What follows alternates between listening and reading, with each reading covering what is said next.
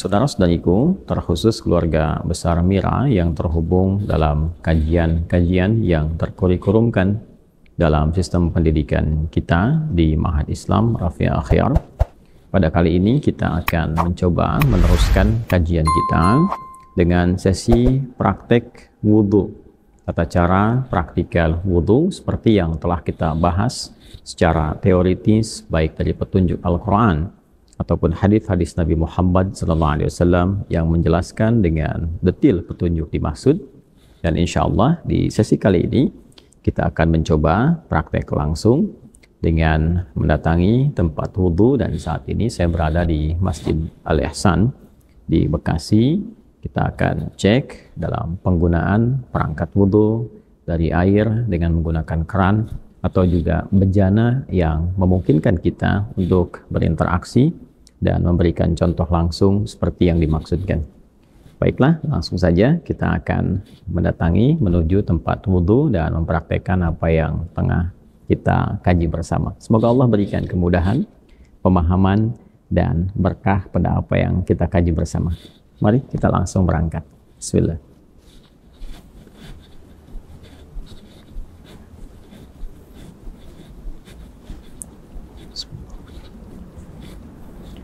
Saya akan memasuki area tempat wudhu, tapi ini bukan toilet ya. Nah, hanya karena ini adalah area tadi dalam masjid dan kita akan menuju keluar. Ini pintu samping ya, bagian belakang tepatnya. Ini kan ada di samping, saya katakan samping, bagian belakang, tapi ini keluar dari area utama untuk sholat. Jadi kita posisikan ini di luar area tempat sholat, jadi di luar area masjid, dan tentunya melangkah dengan menggunakan kaki kiri. Ingat ya, masuk kaki kanan, keluar kaki kiri, langkah keluar kaki kiri. Baik, kemudian tentu berdoa ya, jangan lupa ya. Apa doanya? Masih ingat, antara masuk dengan keluar berbeda ya. Ketika keluar langkah kaki kiri, kita mengatakan Allahumma inni as'aluka bin fadlik, ya Allah, sungguh aku berharap segala keutamaan darimu, karena kita telah masuk ke masjid ya, dan di masjid tentunya ada yang i'tikaf, ada doa, ada ibadah dan sebagainya. Kemudian ketika keluar, apa yang kita tadi lakukan, berharap, bermohon kepada Allah menghasilkan keutamaan-keutamaan dalam kehidupan. Salatnya memberikan keutamaan, doanya memberikan keutamaan. Karena itu ketika kita keluar, kita bermohon kepada Allah, semua apa yang kita lakukan tadi mendapatkan penilaian terbaik, keutamaan-keutamaan dari Allah Subhanahu wa taala. Berbeda dengan kita masuk, kita mengatakan Allahumma ftahli abwaaba rahmatik, ya Allah mohon bukakan segala pintu-pintu rahmatmu. Beribadah dapat rahmat, dan kita memohon ketika keluar dari sekian rahmat itu kita mendapatkan keutamaannya. Baik ya, mari kita lanjutkan. Bismillah.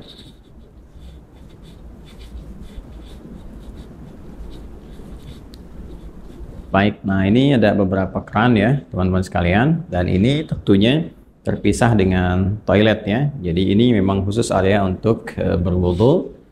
Jadi kita akan coba praktekkan dengan pendekatan yang pertama, yaitu menggunakan keran. Nanti yang kedua kita juga akan mencoba menggunakan bejana, dalam hal ini menggunakan gayung, sehingga kita akan mengetahui bagaimana praktikal penggunaannya, sekaligus juga mempraktekkan apa yang telah kita bahas secara teoritis. Sebelumnya saya mohon izin, saya akan lepas dulu jas bagian luarnya, dan peci juga kan kita sesuaikan, kacamata, sehingga nanti saat praktek apa adanya kita bisa lakukan dengan cara yang terbaik yang bisa kita sajikan. Baik ya, kita copot dulu beberapa perangkatnya. Bismillah.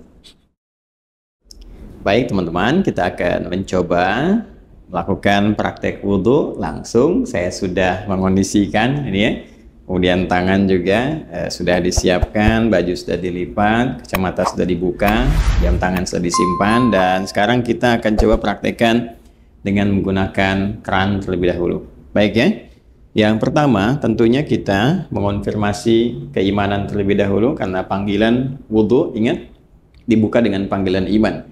Dan saya terangkan di pelajaran sebelumnya bahwa panggilan iman itu mengonfirmasi lurusnya niat kita, lurusnya tujuan ibadah kita yang dilakukan karena Allah Subhanahu wa taala.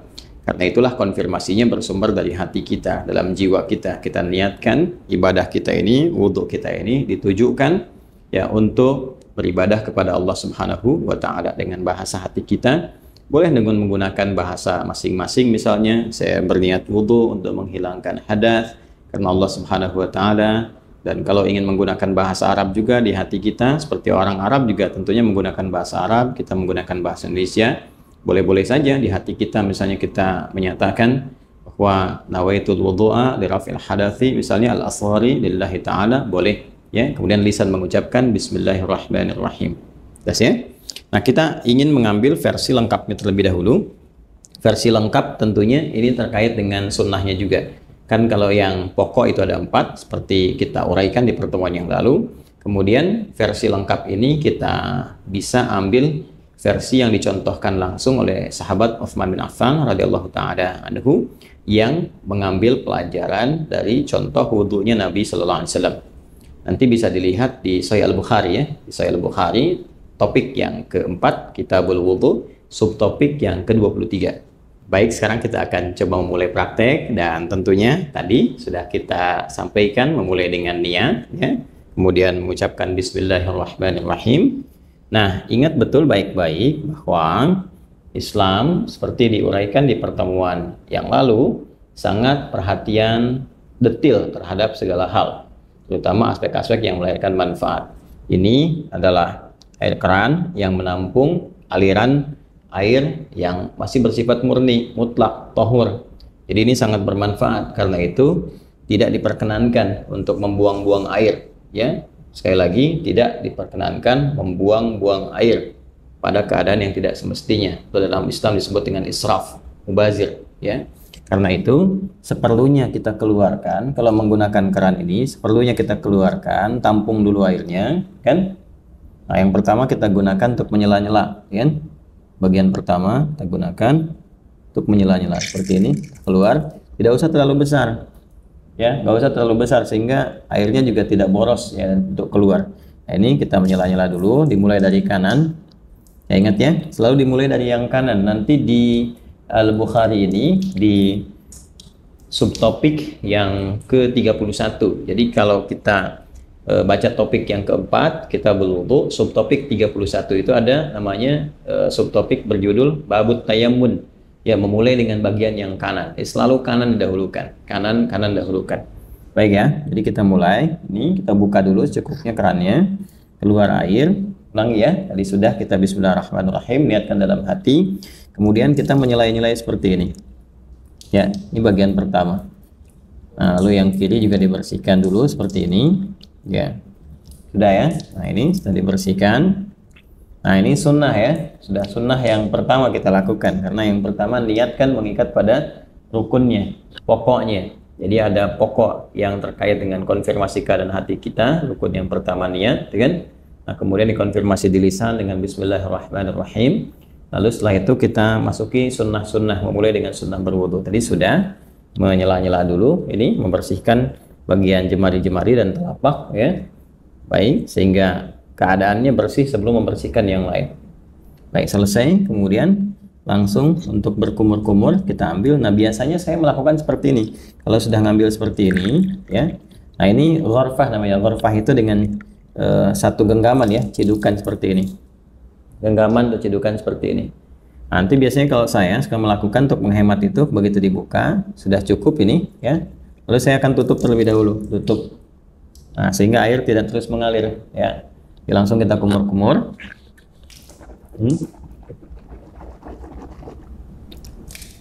Baik, saya ingin terangkan terlebih dahulu. Di saat mengumur-ngumur itu namanya tamadhad ya. Tamadhad itu bisa kita lakukan dengan 2-3 pendekatan. Pertama, kumur-kumur terlebih dahulu ya, kumur-kumur sampai keluar ya. Kemudian yang kedua juga kumur-kumur, nanti sebagian airnya langsung dihisap ya, dihisap. Jadi kumur-kumur, sebagian airnya dihisap. Nah, itu yang dihisap itu istinsyak namanya ya, masuk ke dalam hidung, istinsyak, usahakan agak dalam. Nah, nanti kemudian kita keluarkan disebut istinthar namanya ya. Jadi bagian yang kedua kumur-kumur ya, kemudian yang pertama, yang keduanya itu sambil dihisap, baru nanti istinsyak ini, kalau istinthar dikeluarkan. Ada nanti sedikit saja bisa tambahan kalau menggunakan siwak ya, untuk bisa membersihkan itu ya. Jadi bisa saja kemudian kalau memang tidak ada itu, bisa gunakan bagian jari yang dianggap bersih. Ya tadi kan sudah dibersihkan. Untuk membersihkan kalau ada sisa makanan yang kalau tidak ada siwak dengan kayu tertentu atau sikat gigi, Anda bisa gunakan bagian jari yang dianggap sesuai untuk membersihkan kalau ada sisa makanan di sini yang tidak cukup dengan kumur-kumur. Ya, sambil contoh begini misalnya. Ini buka seperti ini ya. Kalau kita mulai ya, kita tutup dulu ininya ya, seperti ini.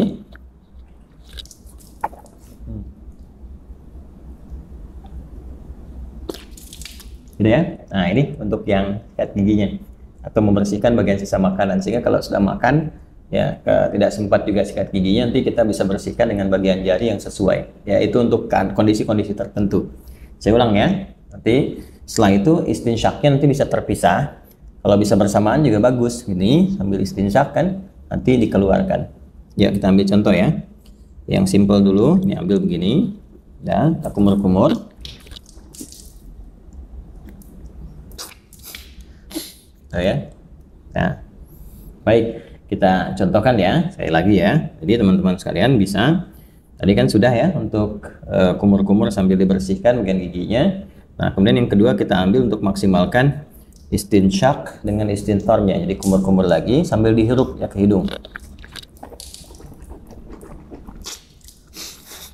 Ya, dari buang.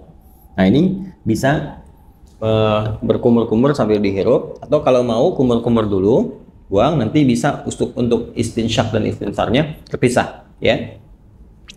Ya, kita ambil misalnya contoh untuk yang kalau terpisah begini, kumur-kumur. Dan ya, kalau mau dihirup ke hidungnya terpisah, kita ambil lagi, ya kan, seperti ini. Nah, ya. Nah, ini manfaatnya kalau dipisah ini kayak semacam ada pilek, ya. Pilek atau virus tertentu berkumpul. Nah, ini biasanya lebih spesifik untuk membersihkan wilayah hidung. Sehingga ketika ditekan itu istinsarnya ini bisa dipijit salah satunya bergantian untuk dikeluarkan. Ya, sehingga kotoran yang ada di hidung itu bisa keluar. Ya, kalau dalam kondisi normal biasa bisa langsung Anda hisap saja, dihirup ya, bukan dihirup ke hidung. Jadi sambil kumur-kumur dihirup ke hidung. Jadi bisa dikeluarkan secara bersamaan atau di hidung terlebih dahulu bisa. Karena tidak ada aturan spesifik mana yang didahulukan.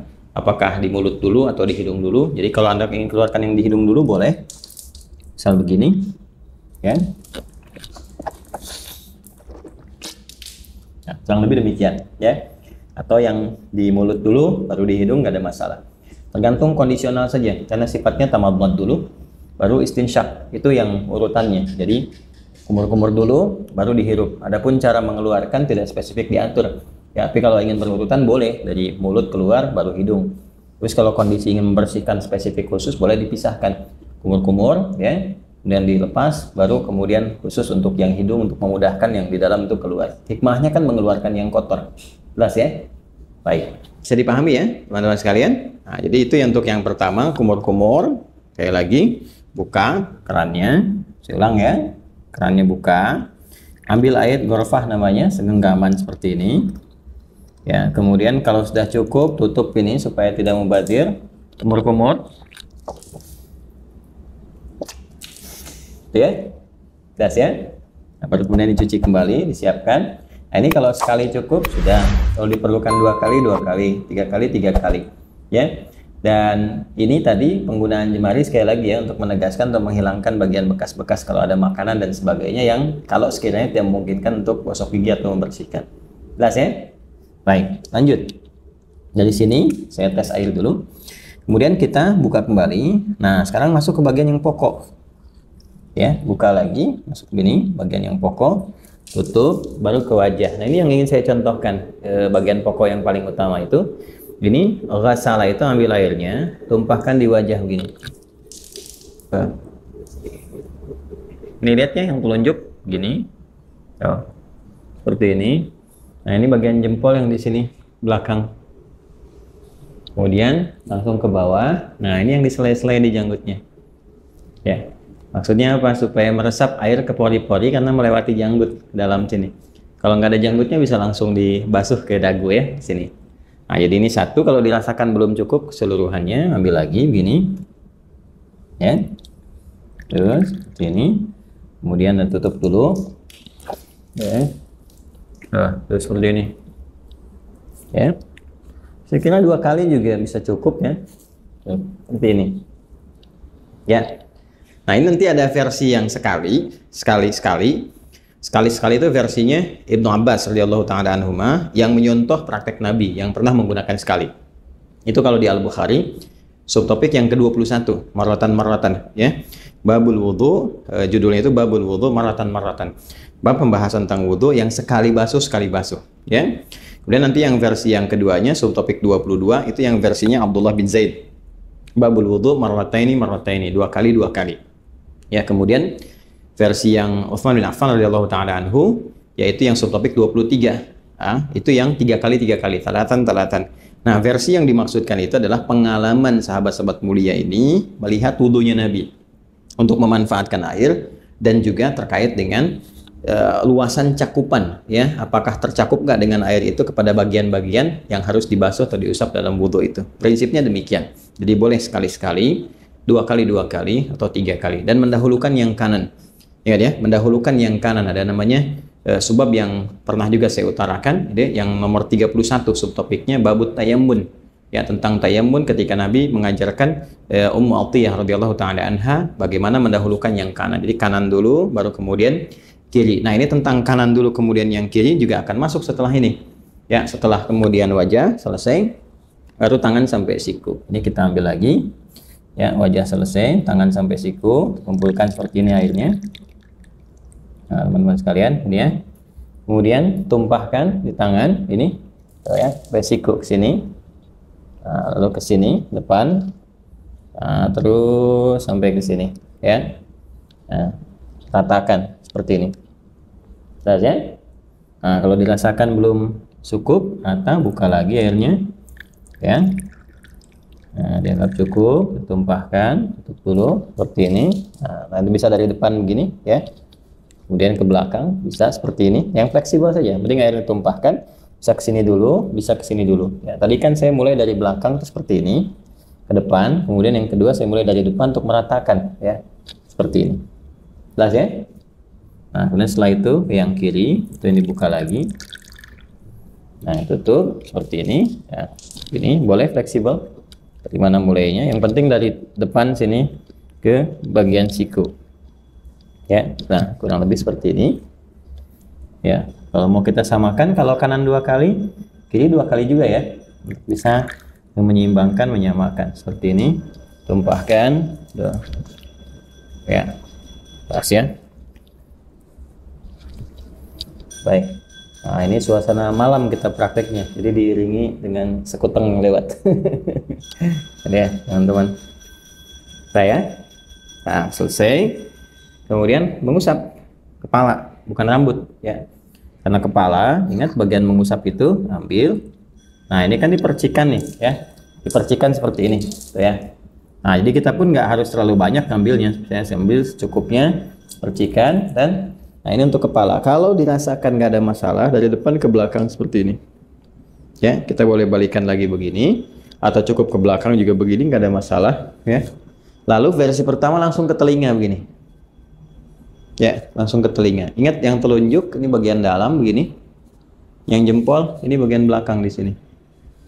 Ya, seperti ini. Bisa seperti itu, atau kita dahulukan dulu kepala misalnya. Ya. Nah, kemudian nggak terlalu banyak ya, cipratkan begini. Nah, usapkan misalnya begini. Nah, ya, setelah kita rasakan cukup untuk bagian kepala, boleh ditarik lagi ke depan, boleh, atau boleh cukup begini saja, sah.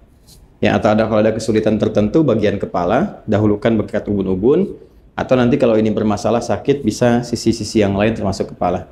Setelah itu ambil air lagi, ya kan, baru kemudian membasuh telinga, seperti yang tadi dicontohkan. Bagian depannya menggunakan telunjuk di sini. Belakangnya menggunakan jempol. Jelas ya? Baik, berpindah ke kaki. Nah, ini penting juga karena nanti ada hadis spesifik ya terkait dengan bagian kaki ini, khususnya kotoran-kotoran yang melekat di kuku, ya, kuku bagian jempol ini, ya, di sebelah-sebelah sini, ujung-ujung ini. Jadi perhatian, ingat kaki sampai kedua mata kaki sampai di sini. Ya, jadi kita bisa ambil lagi airnya seperti ini. Ya. Kemudian cukup gini. Nah, biasanya saya bagi 3 bagian. Yang pertama saya tumpahkan, basuh ini dulu. Nah, setelah ini, nah, kemudian bagian depan kita bersihkan dulu begini. ini ya. Nah, udah seperti ini ke belakang, dan tentunya bagian belakang tidak mendapatkan porsi air yang cukup ya. Walaupun mendapatkan bagian tertentu untuk mengusap, tapi ini lebih bersih untuk bagian depan pertama. Jadi yang kedua, nah ini kita bisa sempurnakan bagian belakangnya seperti ini. Nah, ini ya.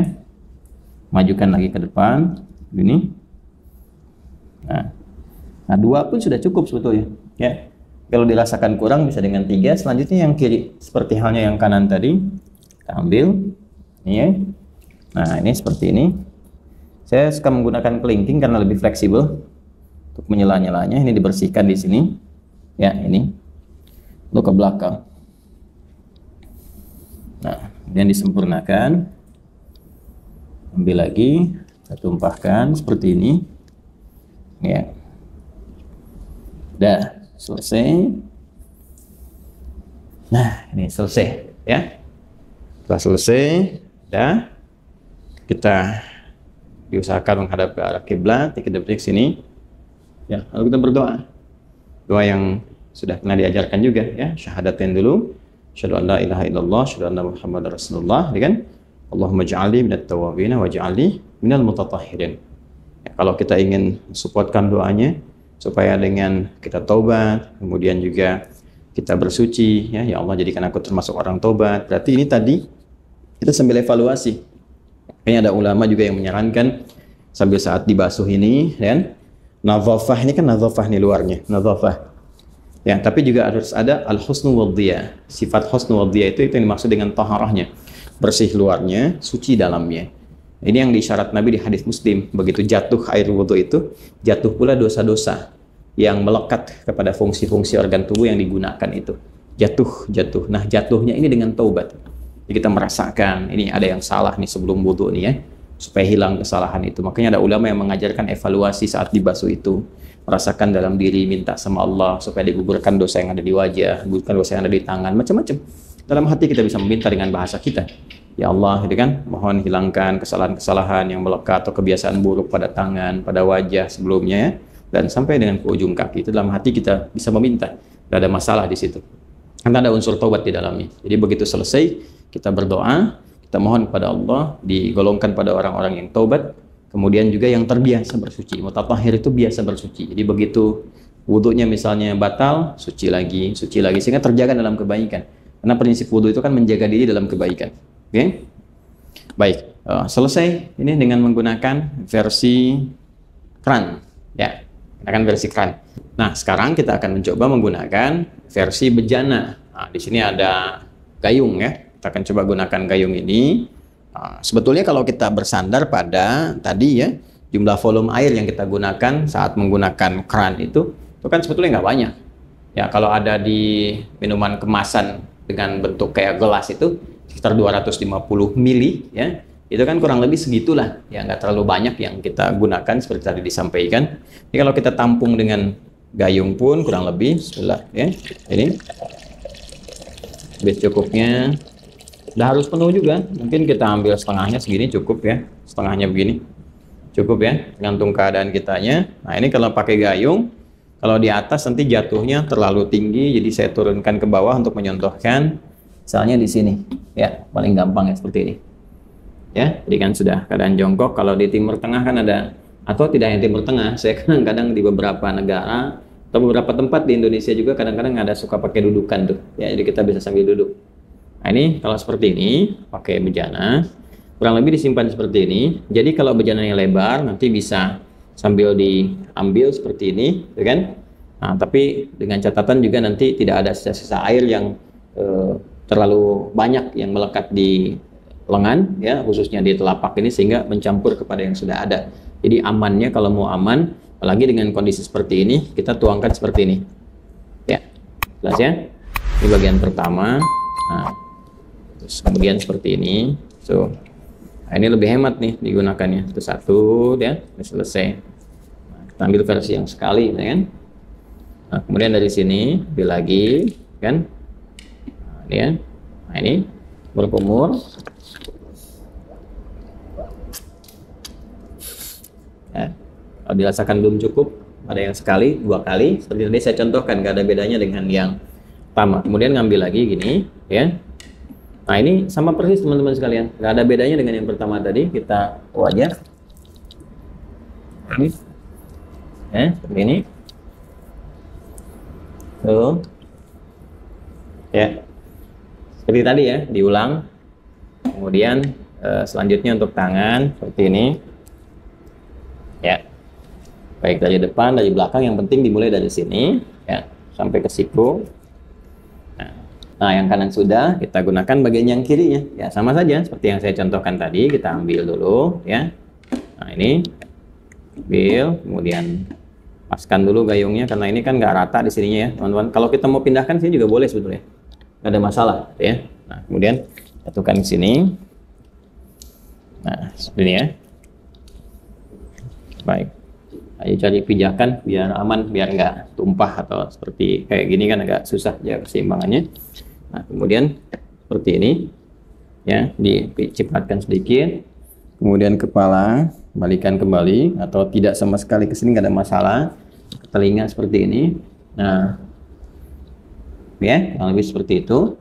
Kalau ini ada sedikit di bawah kita, maka kita harus agak naik untuk membasuh kaki. Ya, seperti ini. Nah, kita naikkan begini, ya, seperti yang tadi, pertama. Ini, baik. Kemudian diambil lagi, ya, seperti ini, belakang untuk meratakan. Dia 2 kali ya, teman-teman sekalian ya. Ya, kemudian pakai yang kirinya seperti ini.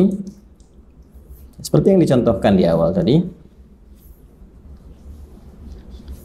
Setelah itu kita ambil lagi sekali lagi. Nah, ini seperti ini kan.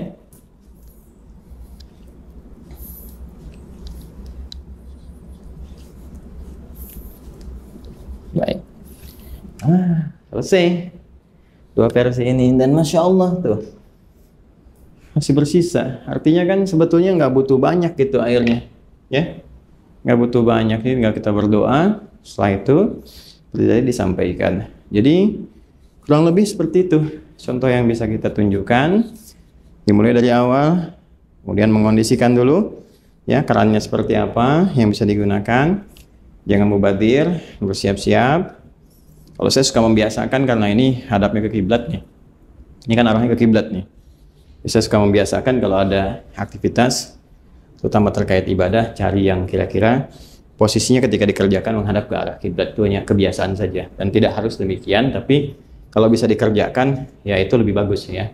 Kecuali kalau sholat jelas, sholat menghadap ke arah kiblat, kemudian baca Quran sunnahnya menghadap ke arah kiblat ya. Hanya dalam wudhu kan posisi keran bisa beda-beda, tapi biasanya saya selalu mencari yang kira-kira menghadap ke arah kiblat untuk menjaga saja kondisi itu. Ini yang kita bisa tunjukkan. Kemudian selanjutnya tadi sudah mengondisikan, lalu mulai berniat ya, dan dimulai nanti dari mulai sunnah sampai ke pokok-pokoknya sampai yang terakhir, dan dilakukan dengan tertib, nggak boleh lompat-lompat ya, terus dijaga, jangan sambil juga diskusi, ngobrol sama teman-teman dan sebagainya, tidak, supaya bisa fokus dalam berwudu dengan suasana batin yang nyaman. Kalau ini kan saya mencontohkan, contoh bukan dalam praktek yang sesungguhnya dikerjakan untuk kepentingan tertentu ibadah, tapi ini untuk kepentingan edukasi bagi teman-teman sehingga mempraktekkan setiap tahapan-tahapannya seperti yang kita pelajari. Jadi itu prakteknya dan telah selesai kita tunjukkan. Alhamdulillah di suasana pagi ya atau subuh menjelang pagi teman-teman bisa belajar, dan saya mengambil video ini malam-malam nih setelah tugas, malam-malam langsung ke masjid dan kita praktekkan sehingga suasananya cukup berbeda. Ya alhamdulillah bisa direkam dengan cukup baik dan sekarang kita pelajari bersama. Saya kira itu yang bisa disampaikan. Terima kasih atas perhatian teman-teman semuanya. Semoga bermanfaat pelajaran kita kali ini, dan lebih daripada itu semoga semuanya diridhoi oleh Allah Subhanahu wa taala. Sekali lagi terima kasih atas perhatiannya. Silahkan dicoba untuk dipahami, dipraktekkan baik-baik, dan hal-hal yang terkait dengan pendalaman kita insya Allah bahas di sesi Zoom ya. Misalnya tentang bagaimana menggunakan di satu bejana untuk penggunaan oleh 2 atau 3 orang atau lebih misalnya. Kemudian juga kapan posisi bersiwak kalau dalam berwudu, kalau ada kayu siwaknya misalnya, ya apakah posisinya sebelum sholatnya atau dalam wudunya atau setelahnya. Nah, itu kita bisa diuraikan di kesempatan-kesempatan dalam sesi pendalaman. Yang tadi yang saya tunjukkan adalah keumuman yang bisa dipraktekkan oleh siapapun, yang tidak ada beda antara laki-laki dengan perempuan. Demikian, semoga Allah merahmati. Subhanakallahumma bihamdika asyhadu an la ilaha illa anta astaghfiruka wa atubu ilaik. Assalamualaikum warahmatullahi wabarakatuh.